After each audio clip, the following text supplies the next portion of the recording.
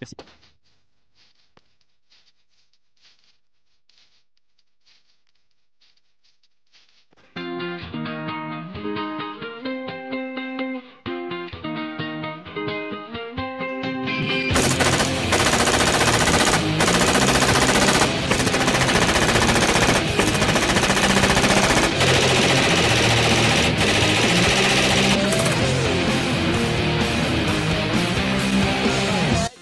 Quoi de neuf, soldats? Bienvenue au Guns Fans Club.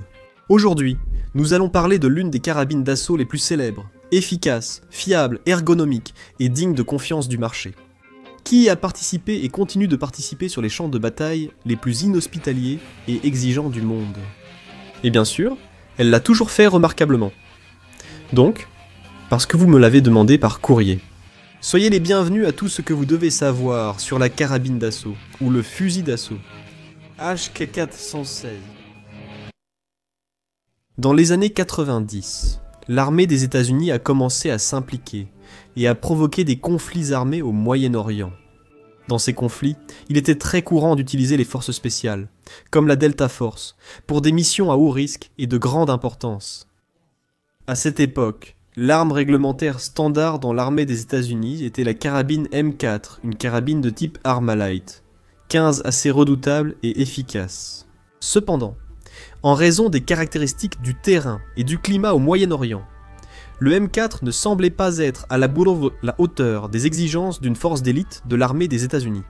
Mais créer une nouvelle arme pour l'usage des forces spéciales était quelque chose de logiquement exigeant. Il a donc été décidé de moderniser la carabine M4 et de la rendre encore plus efficace et fiable. L'initiative a été prise par le sous-officier de recherche et développement, Larry Vickers, qui a collaboré avec le fabricant d'armes Heckler et Koch pour développer une nouvelle carabine d'assaut. Et si tu te poses la question? Oui, Larry Vickers est bien celui de la chaîne Vickers Tactical. Je dirais que c'est la meilleure chaîne d'armes à feu sur YouTube, je la recommande vivement. Heckler et Koch avaient déjà acquis une grande expérience dans la conception du fusil HK G36 lors du projet XM8. Et aussi dans la modernisation de l'horrible famille d'armes légères, SA-80, de l'armée britannique. Il n'aurait donc pas pu choisir une meilleure entreprise. À l'origine, le projet s'appelait HK-M4, mais cela a été changé à cause d'une plainte pour violation de droits d'auteur déposée par Colt Firearms. La Delta Force a remplacé ses fusils M4A1 par les HK-416 en 2004. Après plusieurs tests qui ont démontré que le nouveau système réduisait significativement les dysfonctionnements du M4, tout en augmentant la durée de vie des mécanismes. Le HK-416 a été testé par les forces armées des États-Unis, et il est en service dans certaines agences de maintien de l'ordre, ainsi que dans des unités d'opération spéciales de ce pays. Il a également été adopté comme arme réglementaire par les forces armées de Norvège et en France. Il a aussi été adopté comme arme réglementaire, remplaçant les anciens fusils d'assaut de la manufacture d'armes de Saint-Étienne. Les M4 utilisent un système d'emprunt direct des gaz, utilisé dans les M16 standards. Lorsque les gaz entrent dans le conduit de gaz, ils poussent directement la culasse sans avoir besoin d'un piston, comme le feraient la plupart des autres systèmes à gaz existants.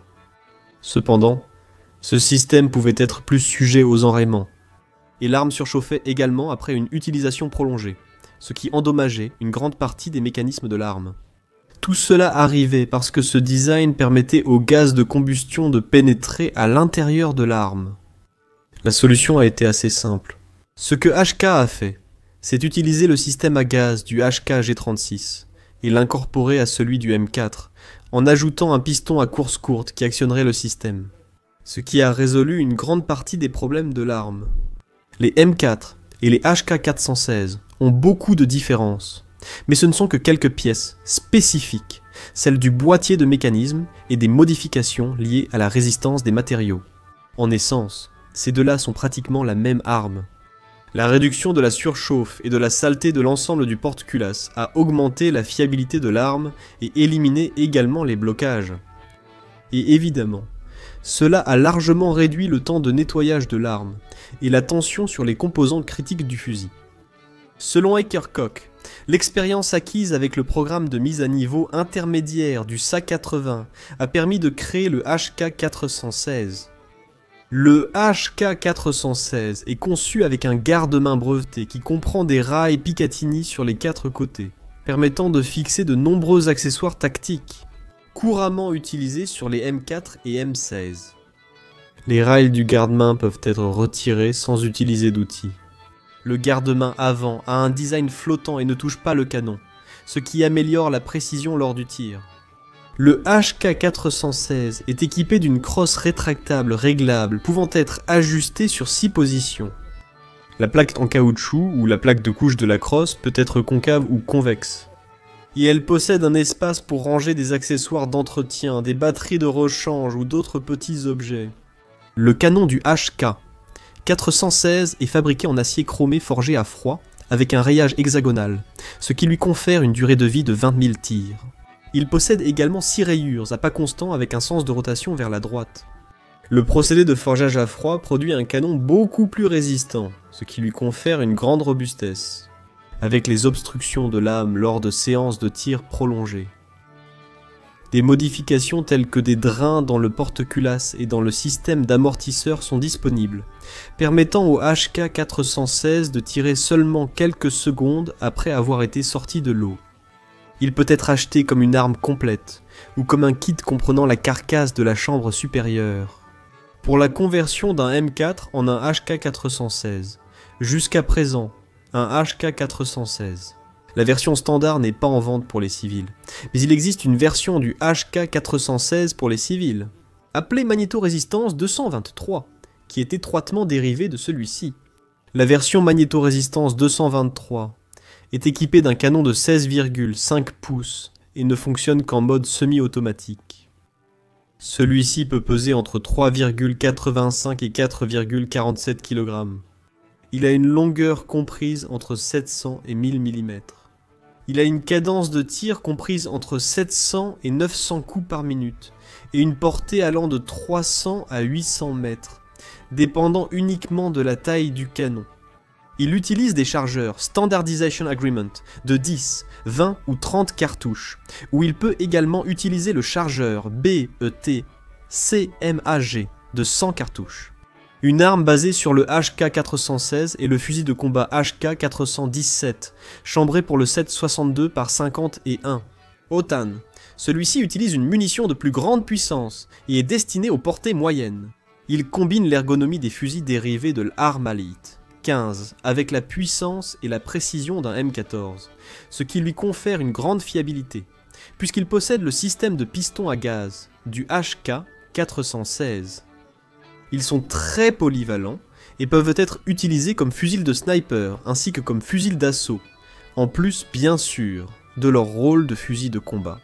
En fait, c'était l'idée originale des fusils de type Armalite 15, qui étaient au départ chambrés en 7,62 par 51, ressemblant bien sûr davantage à un fusil de combat. Mais finalement, Colt a décidé d'adapter les Armalite 15 pour tirer des 5,56 par 45 autant. Il existe aussi le HK416A5, qui est une variante améliorée dotée d'une crosse similaire à celle du tireur désigné GE28. Il possède également un régulateur de gaz réglable sans outil pour être utilisé avec des silencieux. Et enfin, il existe le HK40 et un 6A7, qui a été conçu pour les commandos Spezialkräfte et les commandos Spezialkräfte marine allemands.